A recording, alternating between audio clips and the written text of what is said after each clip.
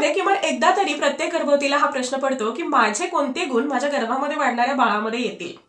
यामध्ये सगळ्यात पहिली आणि खूप इंटरेस्टिंग गोष्ट म्हणजे आईचा जो इंटेलिजन्स असतो, आईची जी बुद्धिमत्ता असते ती ऑलमोस्ट 60% मध्ये बाळामध्ये येते.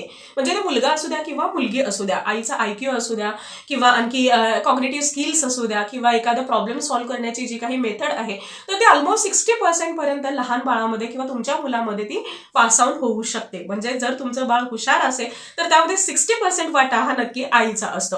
दुसरी गोष्ट म्हणजे आईची हाईट. जर आईची हाईट कमी असेल तर खूप जास्त चान्सेस असतात की मुलांची हाईट सुद्धा कमी असेल. अगदीच हे तंतोतंत फॉलो होतं असं नाही, पण बऱ्याच केसेसमध्ये आईची हाईट ही मुलांना मिळते. तिसरी गोष्ट म्हणजे वेट.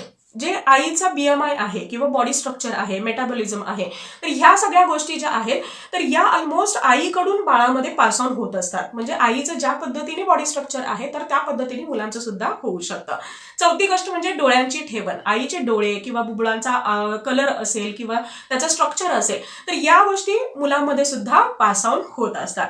आणि पाचवी गोष्ट म्हणजे स्लीपिंग पॅटर्न. आई ज्या पद्धतीने झोपते, म्हणजे जर आईला दुपारी झोपायची सवय असेल तर मूल सुद्धा दुपारी झोपू शकतं. आईला दुपारी झोप येत नसेल, फक्त रात्री गाढ झोपत असेल तर मुलामध्ये सुद्धा तो स्लीपिंग पॅटर्न येऊ शकतो. आणि म्हणून प्रेग्नन्सीमध्ये आपण नॉर्मली हे सजेस्ट करतो की आईने जास्तीत जास्त आराम करण्याकडे किंवा तिच्या झोपेकडे लक्ष देणं गरजेचं आहे.